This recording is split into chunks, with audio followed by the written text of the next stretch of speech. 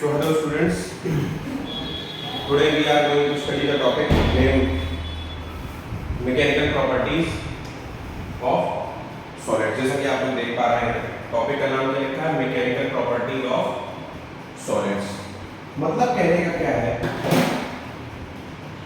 कि सॉलिड्स की कुछ उन प्रॉपर्टीज के बारे में स्टडी करेंगे जो मैकेनिकली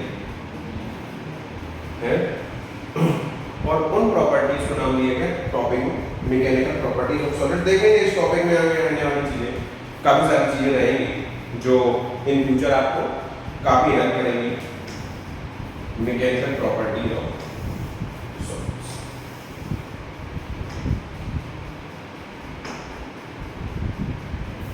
चलिए बढ़ते हैं। देखिए भाई, पहली प्रॉपर्टी का नाम देखिए क्या लिखा है, डक्टिलिटी। क्या नाम लिखा है,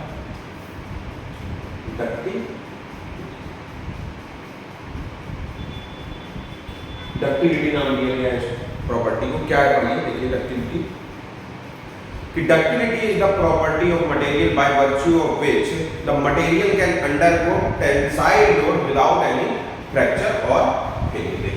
Ductility is the property of any material to undergo tensile load without any fracture। अब इसका मतलब क्या भाई,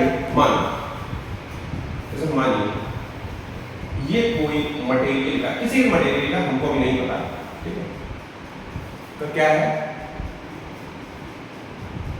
बार है, एक सिलेंडर शेप का बार, ठीक है। अब इस पे हम क्या करें, टेंसाइल लोड अप्लाई करें। टेंसाइल मतलब टेंशन यानी कि उसको खींचना, लाइक दिस।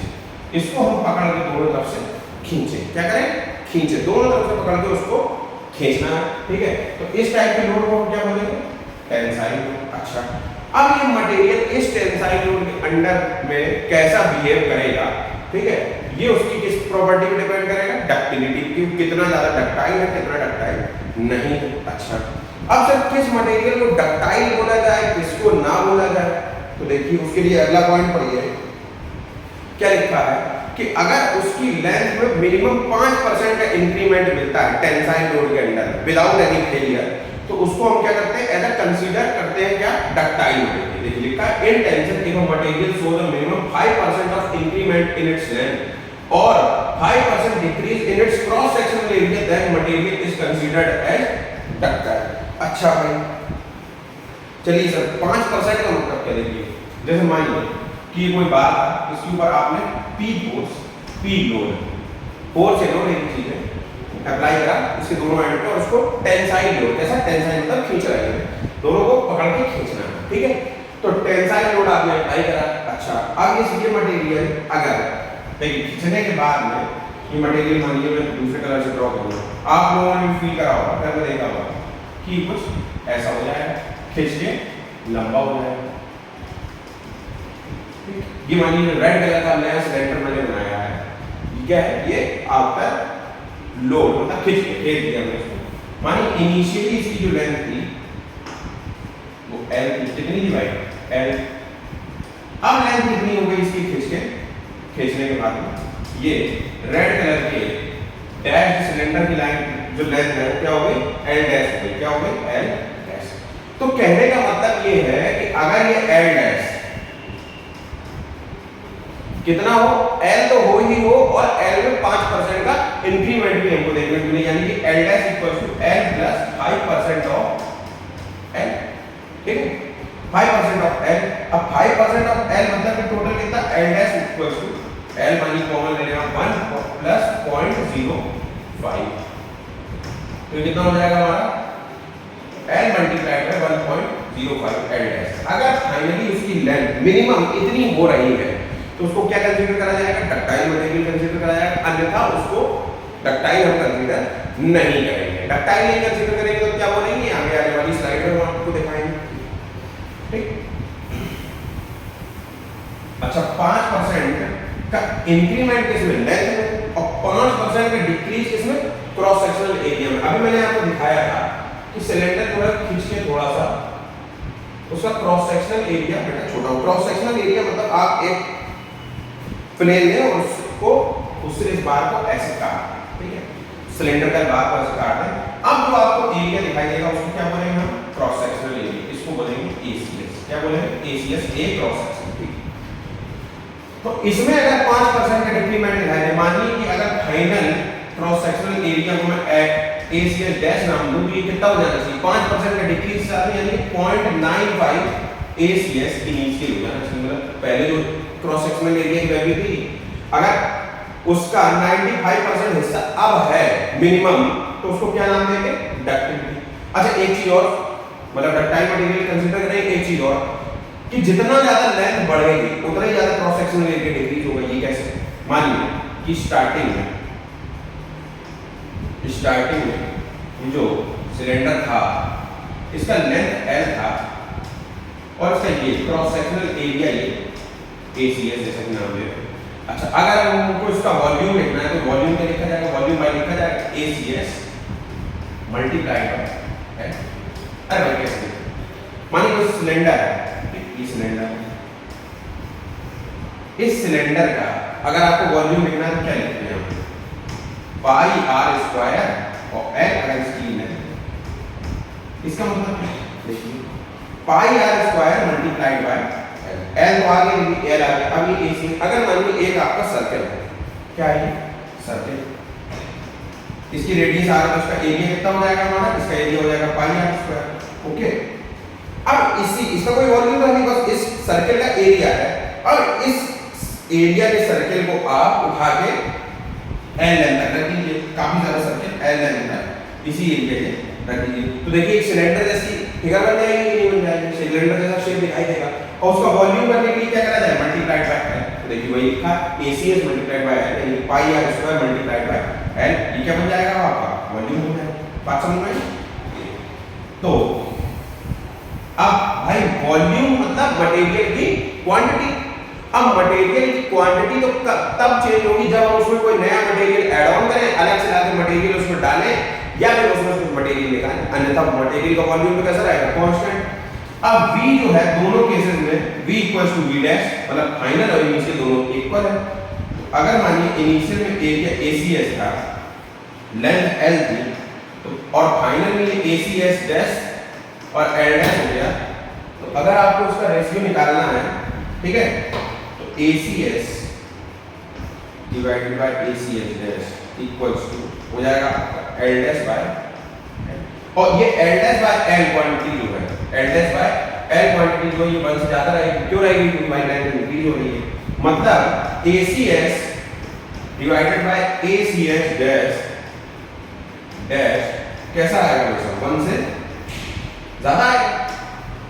मतलब कि ACS डैश कम होगा और ACS हमारा इनिशियल क्रॉस सेक्शनल एरिया ज्यादा होगा, फाइनली वो घटता चला जाएगा। तो जितना ज्यादा लेंथ में इंक्रीमेंट उतना ही ज्यादा क्रॉस सेक्शनल एरिया में डिक्रीमेंट हमको देखने को मिलेगा।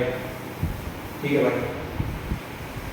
अच्छा अब अगला पॉइंट पढ़िए, देखिए क्या लिखा है, making wires from material is because of ductility. Making wires from material is because of ductility. भाई तार बनाने का मतलब क्या है, आपके पास सिलेंडर था किसी मटेरियल का, ठीक, तार बनाने का मतलब क्या, उसकी लेंथ को बढ़ाना, उसकी लेंथ को इंक्रीज करना। वायर कैसा होता है भाई, लंबा एकदम, लेंथ उसकी काफी ज्यादा रहती है, क्रॉस सेक्शनल एरिया वो छोटा सा रहता है, ठीक है। ऐसा पतला सा वायर होता है, क्रॉस सेक्शनल एरिया एकदम छोटा सा और लेंथ जो है वो काफी ज्यादा रहती है। तो बेटा अगर हमको वायर बनाना है और हम जान चुके हैं तो इसके लिए कैसा लोड लगाना पड़ेगा हमको, इसके ऊपर टेंसाइल लोड लगाना पड़ेगा। अब टेंसाइल लोड में अगर मटेरियल फेल नहीं होगा तो ये किस प्रॉपर्टी की वजह से होगा, उसकी डक्टिलिटी की वजह से। मतलब making wire from any material is because of ductility. Ductility नहीं होगी तो मटेरियल फेल कर जाएगा भाई, बीच में वायर बन ही नहीं पाएगा। बात समझ में आ रही है ना, ठीक है।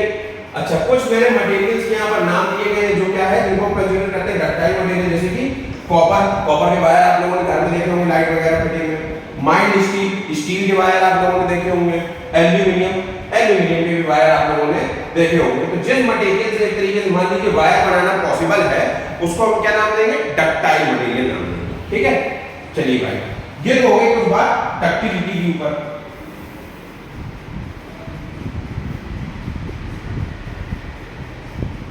अच्छा भाई अगला पढ़िए, अगली प्रॉपर्टी का नाम क्या दिया गया है, अगली प्रॉपर्टी का नाम दिया गया है ब्रिटलनेस। ब्रिटलनेस क्या होती है पढ़िए, ठीक है, कि if any material show elongation less than 5%, material is to be considered as brittle material and this property is known as brittleness। मतलब कि डक्टिलिटी का जस्ट अपोजिट क्या होता है, ब्रिटलनेस होता है। क्या होता है, ब्रिटलनेस होता है। ब्रिटलनेस का मतलब अगर मानिए हम किसी मटेरियल को खींच रहे हैं, मतलब उस पे हम टेंसाइल लोड अप्लाई कर रहे हैं, तो वो टेंसाइल लोड लगाने में 5% के पहले ही, इलांगेट होने के पहले ही मटेरियल फेल हो जाए, मतलब बीच में से क्रैक आ जाए। उसका मतलब मटेरियल कैसा हो जाए, हमारा बीच में से टूट जाए या फेल। जरूरी नहीं पूरा टूटे, हल्का सा भी अगर क्रैक आया तो उसको क्या हम कंसीडर करते हैं, मटेरियल फेल हो गया भाई, हमारा मटेरियल उस लायक है नहीं, मटेरियल जो था हमारा फेल हो चुका है जगह पे। ठीक है, अभी आगे देखेंगे और काफी सारी चीजें,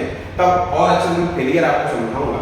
ठीक, तो मटेरियल में हल्का सा भी क्रैक अगर आपको उसकी सरफेस दिखता है तो मटेरियल कैसा माना जाता है भाई, कि क्रैक हो गया है। क्या हो गया है, क्रैक हो गया है। अच्छा, तो अगर ऐसा कुछ होता है 5% इलांगेट होने के पहले, तो उसको नाम कैसा मटेरियल कंसीडर करा जाएगा, ब्रिटल, और उसकी प्रॉपर्टी को क्या नाम दिया जाएगा, ब्रिटलनेस। ठीक, नेक्स्ट पॉइंट पढ़िए भाई, क्या लिखा है कि brittle materials are stronger in comparison than tension. कि ब्रिटल मटेरियल जो है कंप्रेशन में ज्यादा स्ट्रॉन्ग होते हैं, किसके कंपैरिजन में, टेंशन में। अब भाई ये क्या नई चीज लिखी है, देखिए अब कंप्रेशन क्या होता है भाई, आप लोग शायद इस टर्म से अभी तक मेरे ख्याल से एक आध बार इंट्रोड्यूस हो चुके होंगे। कंप्रेशन में मतलब किसी चीज को दबाना, क्या करना, कंप्रेस करना, उसको दबाना, लाइक दिस। जैसे यही हमारे पास सिलेंडर बार था, किसी मटेरियल का बना हुआ, ठीक है, और हम इसको क्या कर रहे हैं, कंप्रेस कर रहे हैं, हम इसको दोनों एंड पे इसके लोड लगा के दबा रहे हैं। ठीक है, तो ब्रिटल मटेरियल की प्रॉपर्टी होती है कि ये कंप्रेशन में होने से ज्यादा स्ट्रांग रहते हैं इन कंपैरिजन टू टेंशन। मतलब अगर हम इनमें टेंशन मानिए, आपने जब कंप्रेसिव लोड लगाया तो हो सकता है कि ये 200 न्यूटन तक का लोड बियर कर जाए, उसके बाद फेल हो। लेकिन टेंशन अगर यही हम टेंसाइल लोड अप्लाई करते हैं तो हो सकता है ये मटेरियल 100 न्यूटन पे ही फेल कर जाए, हमारा उसके आगे काम ना हो पाए। और जैसे ही मटेरियल फेल होता है बेटा, उसके बाद कभी भी मटेरियल को यूज नहीं करते हैं। ठीक है, क्योंकि मटेरियल फेल हो गया तो डिजाइनिंग के टाइम पे हो सकता है आपका मटेरियल जिस पर्पज के लिए आप डिजाइन कर रहे हैं वो पर्पज पूरा ना हो पाए और उससे कोई बहुत बड़ी दुर्घटना संभव हो जाए। जैसे कि आप लोगों ने शायद एक सुना हो भोपाल गैस ट्रेजेडी, ठीक है, उस टाइम पे ऐसा ही कुछ हुआ था कि मटेरियल फेल कर गया था जो पाइपलाइन थी, और उसमें से एक गैस मेथिल आइसोसाइनाइड, ठीक है, वो लीक कर गई थी और पूरे शहर में फैल गई थी। रातों रात जाने कितने लोग, मतलब हजारों लोग बेचारे वहीं पे सोते सोते मर गए थे। ठीक है, तो मटेरियल का फेल होना बेटा बहुत बड़ी बात है। आप लोगों ने देखा होगा कि पुल वगैरह गिर जाते हैं, बहुत सारे लोगों की जान माल की हानि हो जाती है। तो ये सब क्या है, इन सब चीजों की इंजीनियरिंग एप्लीकेशन में हम बाद में इन्हीं मटेरियल की प्रॉपर्टी का यूज करते हुए ही डिजाइनिंग करते हैं कि भाई कौन सा मटेरियल किस हमारे पर्पस के लिए फिट बैठ रहा है, तब यूज करा जाता है। ठीक है, तो brittle materials are stronger in comparison than tension, ये बात आपने समझी। ठीक है, अच्छा इसके कुछ एग्जांपल मैं जैसे दे रहा हूं, जैसे कंक्रीट है हमारा, ठीक है, ग्लास है हमारा, ठीक है, और कास्ट आयरन एक्सेट्रा, और भी कई सारे मटेरियल जो ब्रिटल होते हैं। ठीक है, लेकिन ये कुछ मैं गिने चुने एग्जांपल आपको बता रहा हूं, क्या, कंक्रीट, ग्लास और कास्ट आयरन। ठीक, अच्छा भाई चलिए आगे बढ़ते हैं, चलिए आगे बढ़ते हैं, देखते हैं अगली प्रॉपर्टी क्या है।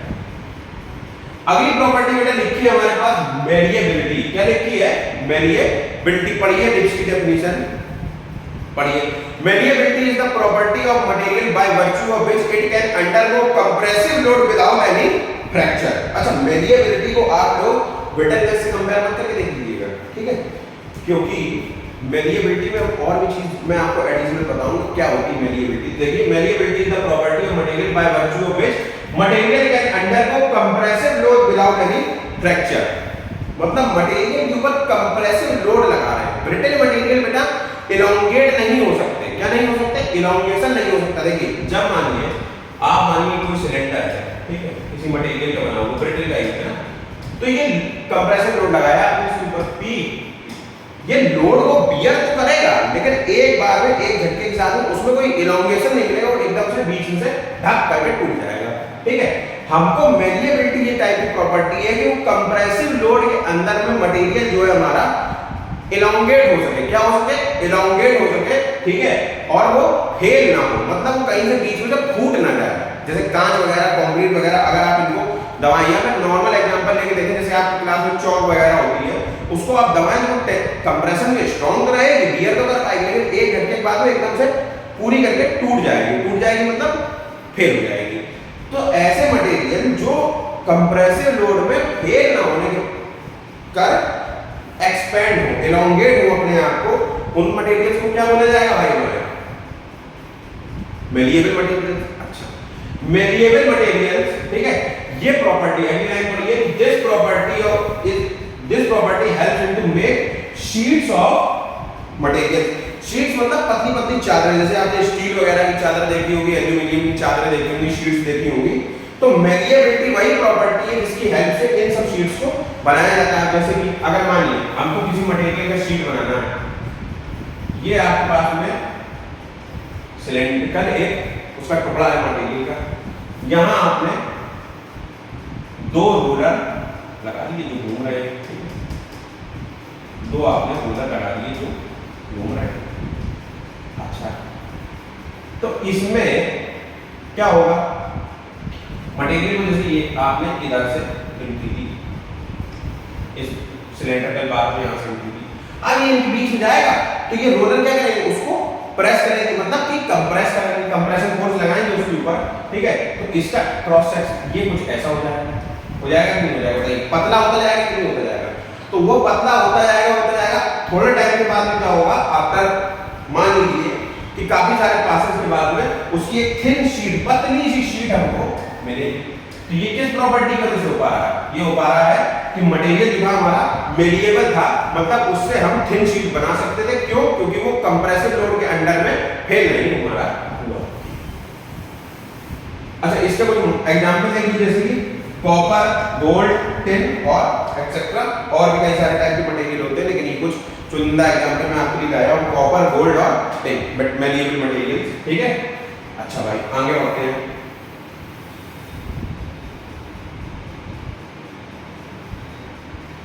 बेटा आप एक चीज ध्यान रखिए कि अब हम पहुंच चुके हैं सबसे जरूरी प्रॉपर्टी के ऊपर। सबसे जरूरी प्रॉपर्टी नाम पढ़िए, क्या लिखा है? इलास्टिसिटी, ठीक है। इलास्टिसिटी, कई जब आप ये मैकेनिकल प्रॉपर्टीज ऑफ सॉलिड्स का जो चैप्टर है आप बुक वगैरह में देखेंगे, तो कई सारी किताबों में मैकेनिकल प्रॉपर्टीज ऑफ सॉलिड ना लिख के सीधे सीधे चैप्टर का नाम दिया जाता है इलास्टिसिटी। अब ये इलास्टिसिटी कैसी एक चीज है, ठीक है, जिसके इर्द गिर्द जो क्या है, जिसके इर्द गिर्द पूरा चैप्टर हमारा घूमेगा, मतलब पूरे चैप्टर का बेस ही कौन बनाएगा? इलास्टिसिटी बनाएगी। तो इलास्टिसिटी भी मटेरियल की एक प्रॉपर्टी है।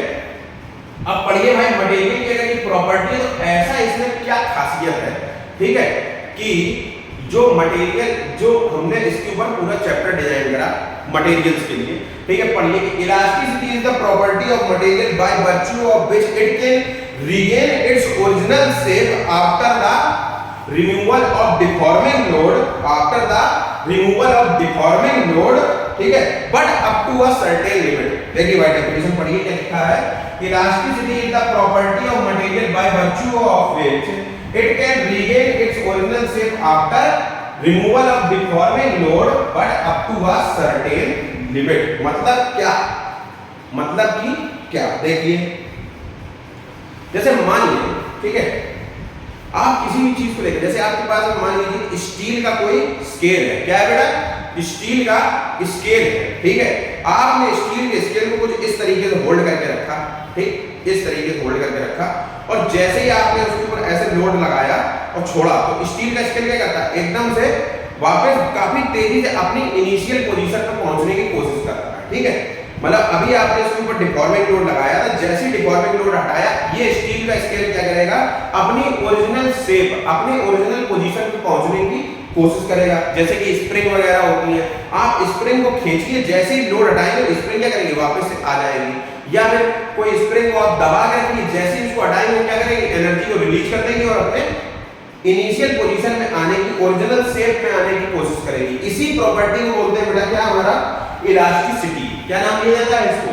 इलास्टिसिटी। ये इलास्टिसिटी एक ऐसी प्रॉपर्टी है मटेरियल की जो कुछ लिमिट तक, एक after up to a certain limit हमको मिलती है, उसके बाद मटेरियल क्या करता है? मटेरियल के अंदर परमानेंट डिफॉर्मेशन आ जाता है और मटेरियल हमारा ओरिजिनल शेप को रीगेन नहीं कर पाता। जैसे कि वही स्टील का स्केल लीजिए, आप मानिए उसको बीच में से आपने ऐसे पकड़ा कि कस के मोड़ दिया, कस के मोड़ दिया, तो क्या करेगा वो बेचारा स्टील का स्केल देखेंगे आप तो वो कभी दोबारा नहीं आ पाएगा। क्यों? क्योंकि उसकी बेटा इलास्टिक लिमिट के अक्रॉस जाके आपने उसके ऊपर डिफॉर्मिंग लोड लगाया। अगर तब लोड लगाएंगे डिफॉर्मिंग लोड इलास्टिक लिमिट के बाहर, तो मटेरियल हमारा अपनी पुरानी लिमिट को रीगेन नहीं कर पाएगा पुराने शेप को। इसीलिए लिखा है कि up to a certain limit ही इलास्टिसिटी अपना इफेक्ट दिखाती है, उसके बाद इलास्टिसिटी खत्म हो जाती है। देखेंगे कैसे, जब मैं आगे बताऊंगा आपको चैप्टर में आगे बढ़ेंगे तो देखेंगे इलास्टिसिटी कैसे up to a certain limit तक एक्ट करती है। अभी आप बस इतना जानिए up to a certain limit. अच्छा, अब आप लोगों ने एक पुराना चैप्टर पढ़ा होगा रिजिड बॉडी डायनेमिक्स। अब उसमें भाई रिजिड बॉडी का कॉन्सेप्ट क्या था हमारा? रिजिड बॉडी का हमारा कॉन्सेप्ट ही यही था कि रिजिड बॉडी का कॉन्सेप्ट था कि जैसे मान लो ये कोई बॉडी है हमारी, इसको हम बोल रहे हैं रिजिड बॉडी। क्या बोल रहे हैं? Rigid body. और इसके बीच में ये दो पॉइंट्स हैं ए और बी, तो इनके ऊपर कितना भी लोड लगाओ, इनके बीच की ये डिस्टेंस जो है डी, ये चेंज नहीं होनी चाहिए। तो क्या ऐसा बेटा पॉसिबल है? प्रैक्टिकली बताइए। अभी हम देख रहे हैं कि कोई मटेरियल की हम पे इलास्टिक प्रॉपर्टी या डक्टिलिटी, ब्रिटलनेस जो भी हमने देखा कि मटेरियल पे हम लोड लगाएंगे तो उसके शेप में कुछ ना कुछ चेंज होगा, उसके साइज में कुछ ना कुछ चेंज होगा। मतलब कि इन दोनों जो पॉइंट है इनके बीच की डिस्टेंस में भी वेरिएशन आएगा, कुछ बढ़ेगी कुछ घटेगी। ठीक है, तो बेटा rigid body is not rigid body, perfectly rigid body होगी, perfectly rigid body, perfectly rigid body is not practically possible. Practically possible नहीं हो सकती। हाँ, एक आइडियल कॉन्सेप्ट बनाया गया, प्रैक्टिकली पॉसिबल। आज इन बॉडीज को क्या नाम दिया जाएगा? आज इन बॉडीज को नाम देंगे डिफॉर्मिंग बॉडी।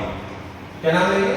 डिफॉर्मिंग बॉडी या डिफॉर्मेबल बॉडी। डिफॉर्मेबल बॉडी लिखिए, डिफॉर्मेबल बॉडी।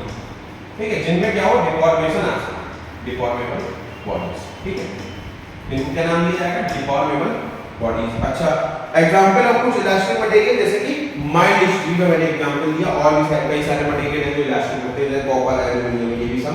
लेकिन माइल्ड स्टील बहुत फेमस एग्जांपल है इलास्टिक स्टील का या इलास्टिक मटेरियल का, तो मैंने माइल्ड स्टील यहां पर आपको एग्जांपल के रूप में दिखाया। ठीक, अच्छा भाई हटाते हैं इसको।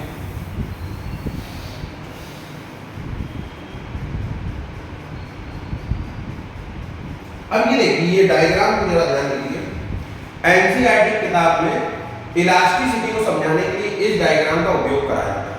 ठीक है, अब ये डायग्राम भाई हमारा क्या है, ध्यान दीजिएगा। ये हमारा डायग्राम क्या है? कोई इलास्टिक मटेरियल है और उसके ये एटम्स हैं। क्या है भाई? एटम्स है। ये एटम्स जो है हमारे, ये एटम्स जो है हमारे, ठीक है, इनके ये इंटर एटॉमिक फोर्स से बने हुए, इससे बने हुए इंटर एटॉमिक फोर्स है, और उन्हीं इंटर एटॉमिक फोर्स को हमने नाम यहाँ पर स्प्रिंग से दिखाया है। ठीक है, इसको बोलते हैं बेटा स्प्रिंग बॉल मॉडल। क्या बोलते हैं? Spring ball model. ठीक है, ये छोटी छोटी जो बॉल्स हैं आपकी, ठीक है, ये छोटी छोटी बॉल्स जो है क्या है? हमारी एटम्स को रिप्रेजेंट कर रही है, और उनमें जो स्प्रिंग्स जिससे वो कनेक्टेड है वो क्या है? इंटर एटॉमिक फोर्स को रिप्रेजेंट कर रहा है हमारा जो स्प्रिंग लगा हुआ है। अब देखिए, अब ये बॉल्स मानिए, जस्ट इमेजिन करके देखिए कि ऐसा मॉडल आपको कोई दिया जाता है। ठीक है, अब ये मॉडल को आप रखें कहीं पे, ठीक, स्टेबिलिटी रहेगी, है ना। अब क्या करें? इस मॉडल पे आप फोर्स लगाएं। क्या करें? फोर्स लगाएं। तो या तो ये स्प्रिंग अगर आपने टेंसाइल लोड लगाया होगा, टेंसाइल नेचर का फोर्स लगाया होगा, तो ये स्प्रिंग क्या करेंगे? इलांगेट करेंगे। ठीक है, या आप उसको अगर कंप्रेसिव लोड लगाया होगा तो इनके बीच की डिस्टेंस कम हो जाएगी, टेंसाइल लगाया होगा तो इनके बीच की डिस्टेंस बढ़ेगी। अच्छा, जैसे ही आप क्या करेंगे कि वो लोड को हटाएंगे, स्प्रिंग वापस अपनी ओरिजिनल पोजीशन पे जाने की कोशिश करेगी, ओरिजिनल शेप को रीगेन करने की कोशिश करेगी, तो ये वापस अपनी इसी पोजीशन पे आ जाएगा। ठीक, तो ये जो इंटर एटॉमिक फोर्स है ये कैसा नेचर दिखा रहा है? ये स्प्रिंग ये इलास्टिक नेचर शो कर रहा है। कैसा नेचर शो कर रहा है? इलास्टिक की। जैसे ही हमने लोड हटाया, वापस सारे जो हमारे एटम्स थे वो अपनी इनिशियल पोजीशन पर आ गए। अच्छा बेटा, अब एक बात बताइए हमको कि हम इसको इतना खींच दें कि ये जो स्प्रिंग थी ये डिफॉर्म हो जाए। क्या करें? परमानेंट डिफॉर्मेशन आ जाए। तो क्या ये मटेरियल, क्या ये स्प्रिंग जो बॉल्स लगी थी, ये अपनी पुरानी पोजीशन पे जा पाएंगी? कभी नहीं जा पाएंगी। क्यों नहीं जा पाएंगी? क्योंकि उनके बीच की स्प्रिंग जो है वो परमानेंटली डिफॉर्म हो चुकी है, यानी कि अगर आप मटेरियल की बात करें तो आपने उसको इतना खींच दिया है कि इंटरमॉलिक्यूलर बॉन्ड जो है वो टूट चुका है। क्या हो चुका है? टूट चुका है या डिफॉर्म हो चुका है इंटर एटॉमिक बॉन्ड, ठीक है। तो अब पुराना अपना शेप को रीगेन करना पॉसिबल नहीं है इस मटेरियल के लिए।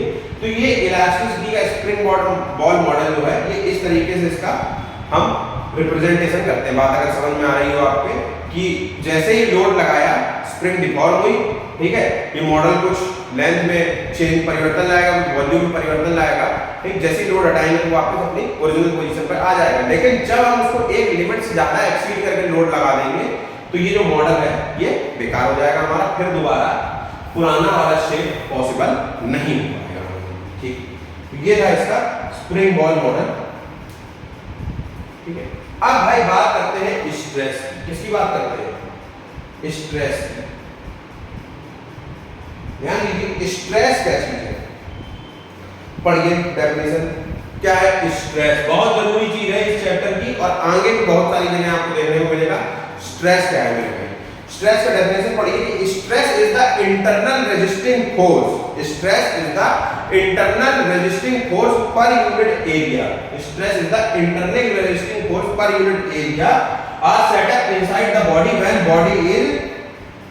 body is subjected to an external deforming load, either it may be tensile or compressive। मतलब कहने का क्या है कि स्ट्रेस क्या है? एक तरीके का इंटरनल रेजिस्टिंग फोर्स। रेजिस्टिंग मतलब जो विरोध करता है किसी चीज का, तो ऐसा internal resisting force per unit area जो चीज डेवलप होगी उसको क्या नाम लेंगे? स्ट्रेस का नाम दिया जाएगा। उस internal resisting force per unit area निकलेगा उसको क्या नाम दिया जाएगा?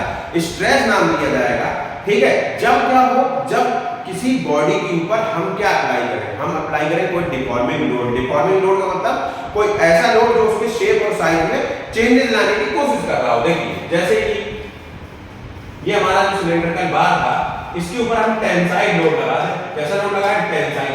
और मैंने बोला कि इट में भी टेंसाइल और कंप्रेसिव इन नेचर, जैसा आप लगाना चाहें। और भी टाइप का स्ट्रेस होता है, दिखाऊंगा मैं आपको बाद में, ठीक है। अभी जनरल बात जो मैंने अभी आपको टेंसाइल और कंप्रेसिव समझाया उसी के टर्म्स में बात करते हैं, ठीक है।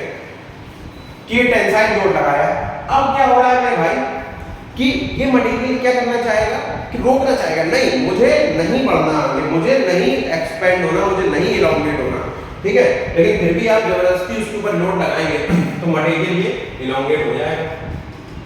लेकिन इलॉन्गेट हो जाएगा तो इसके ऊपर क्या लगेगा? एक रेजिस्टिंग फोर्स डेवलप होगा जो आपका लगातार विरोध करेगा कि नहीं अब नहीं अब नहीं। तो ये मानिए ये जो इस वाले क्रॉस सेक्शन पे ये इधर पे ये इंटरनल रेजिस्टिंग फोर्स मतलब पूरी बॉडी में आ गया, और ये हमने ले लिया क्रॉस सेक्शन। इस क्रॉस सेक्शन एरिया के पर यूनिट एरिया पे जो उस इंटरनल रेजिस्टिंग फोर्स की वैल्यू होगी उसको क्या कहा जाएगा? उसको डिफाइन करा जाएगा एज स्ट्रेस। क्या नाम दिया जाएगा उसको? स्ट्रेस। स्ट्रेस को बेटर रिप्रेजेंट करते हैं सिग्मा से। किससे रिप्रेजेंट करते हैं? सिग्मा से, ठीक है। अब आपने बाहर P लोड लगाया तो अंडर की इंटरनल रेजिस्टिंग फोर्स कितना डेवलप होगा? P। और मानिए क्रॉस सेक्शन, जिस क्रॉस सेक्शनल एरिया, ये देखिए इस वाले क्रॉस सेक्शन पे फोर्स आ रहा है ना, ये यही वाला क्रॉस सेक्शन एरिया, यानी कि ये ऐसा कुछ होगा, दिख रहा होगा। इसकी वैल्यू कितनी होगी? पाई आर स्क्वायर, जो इसकी रेडियस है, और पाई यानी सर्कुलर क्रॉस सेक्शन है इसका, तो पाई आर स्क्वायर यानी divided by cross sectional area. अच्छा इसकी यूनिट की बात करी जाए भाई, तो इसकी यूनिट की बात P यानी कि लोड की unit Newton, cross sectional area की यूनिट मीटर स्क्वायर, या इसी को नाम दिया जाता है पास्कल। क्या नाम दिया जाता है? पास्कल, ठीक है। तो ये तो हो गया हमारा स्ट्रेस। अब स्ट्रेस, अगला पॉइंट मैंने लिखा है कि stress is not a scalar not a vector, it is a tensor.